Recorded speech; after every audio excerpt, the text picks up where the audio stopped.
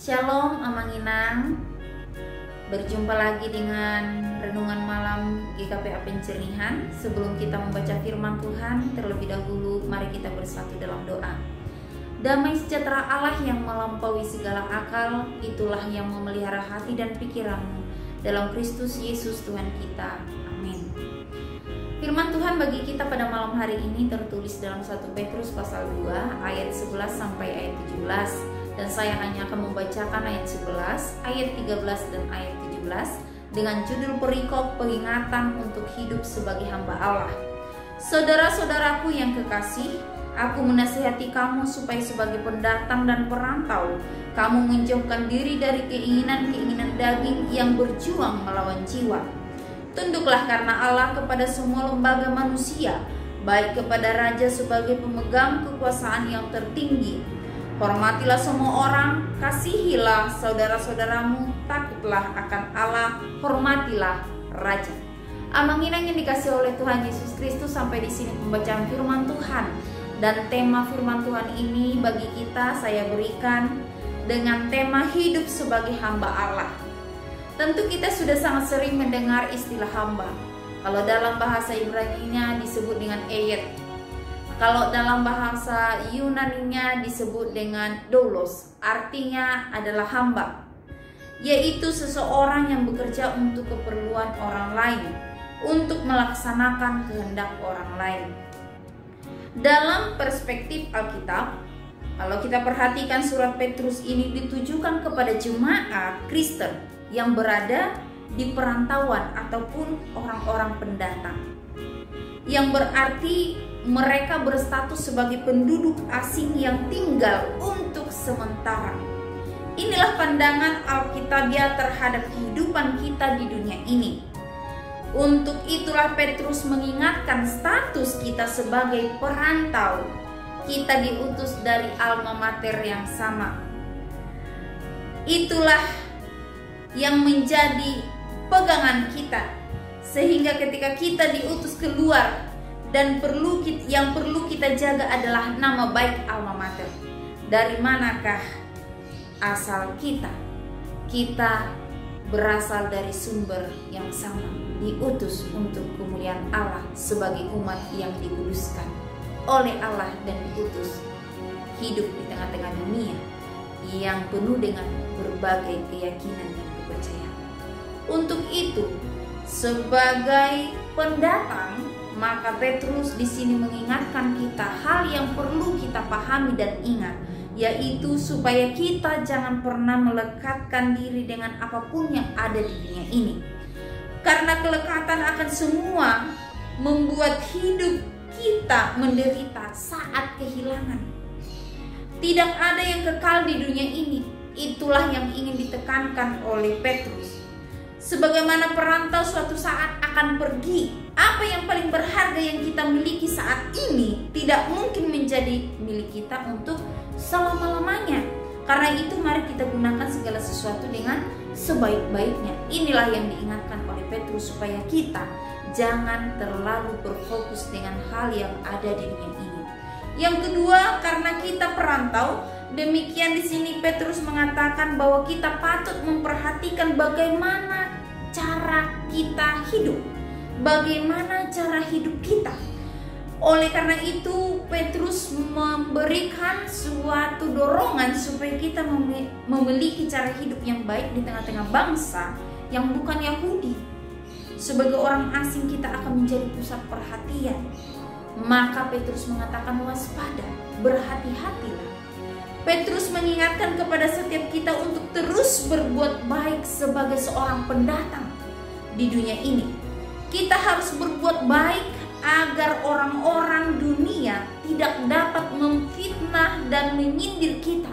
Terlebih dari itu kita diharapkan berbuat baik agar kelak orang lain dapat memuliakan Tuhan. Karena inilah tujuan hidup kita. Kita diutus ke tengah-tengah dunia untuk menjadi berkat bagi orang lain, sehingga nama Tuhan dimuliakan. Perbuatan baik itu harus dilakukan dalam berbagai aspek kehidupan. Oleh karena itu Petrus di sini memberikan pengajaran kepada kita dengan beberapa cara hidup yang harus dimiliki, yang harus kita miliki sebagai orang Kristen yang diutus oleh Allah untuk tinggal sebagai perantau di tengah-tengah dunia ini, yaitu supaya kita bertumbuh kepada arah kedewasaan iman yang sempurna tentunya di dalam Kristus.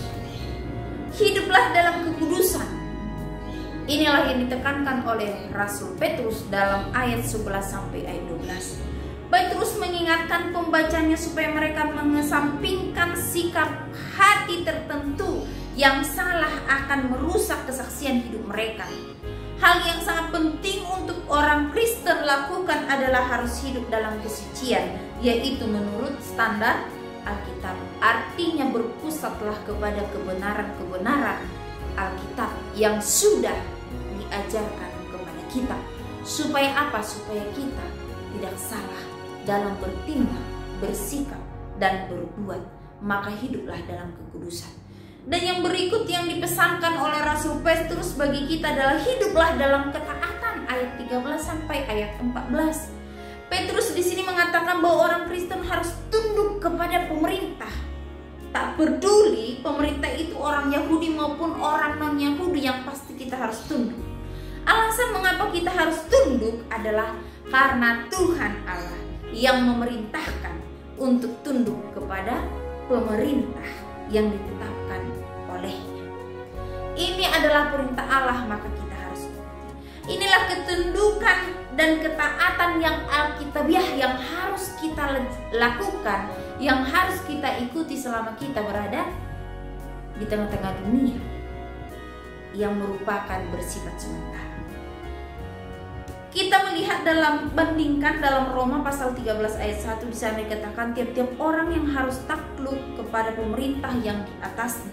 Sebab tidak ada pemerintah yang tidak berasal dari Allah, dan pemerintah yang ada ditetapkan oleh Allah. Sebab itu barang siapa melawan pemerintah, ia melawan ketetapan Allah, dan siapa yang melakukannya akan mendatangkan hukuman atas dirinya.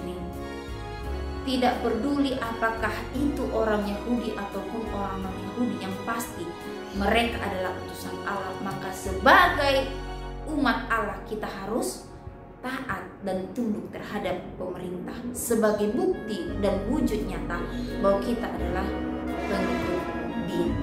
Yang berikut dikatakan di sini ayat 15 sampai ayat 17, kita harus menjadi saksi melalui sikap, melalui tindakan perbuatan. Kita harus menjadi saksi. Dengan cara apa? Kalau disebut dalam firman Tuhan ini dikatakan kita harus hidup berbuat baik, kita harus memiliki kerendahan hati, kita harus hidup saling menghormati, kita harus hidup menjauhi kejahatan, kita harus bersikap sopan. Untuk itu, mari tunjukkan identitas sebagai hamba Allah. Inilah yang dikatakan oleh Rasul Petrus. Artinya memang kita dituntut kepada suatu kesempurnaan yang menuju pada keinginan Allah, yang menuju kepada perintah-perintah Allah. Kita harus hidup saling mengasihi, dan yang terlebih adalah hiduplah takut akan Allah. Karena inilah dasar dari kita bisa hidup melakukan apa yang sesuai dengan perintah Allah. Kesimpulannya bagi kita, kebaikan akan membawa kebaikan lainnya. Biarlah perbuatan baik kita pun boleh mempengaruhi kehidupan orang lain, sehingga bumi ini penuh dengan kemuliaan Allah. Lewat perbuatan baik kita sebagai alatnya, nama Tuhan dimuliakan dan orang lain dapat mengenal siapa Allah yang kita sembah. Jadilah berkat, hiduplah seturut dengan kehendak Allah. Amin. Mari kita bersatu dalam doa. Kami bersyukur untuk firman-Mu pada malam hari ini Tuhan. Berkatilah firman-Mu, berkati hati pikiran kami, supaya firman-Mu dapat kami terapkan dan kami lakukan sebagai pendatang yang Tuhan izinkan tinggal di tengah-tengah dunia ini, sehingga kehidupan kami menjadi saksi dan berkat dan nama Tuhan dimuliakan. Kuatkanlah kami untuk melakukan yang sesuai dengan firman-Mu. Dalam nama Tuhan Yesus kami mengucap syukur. Amin.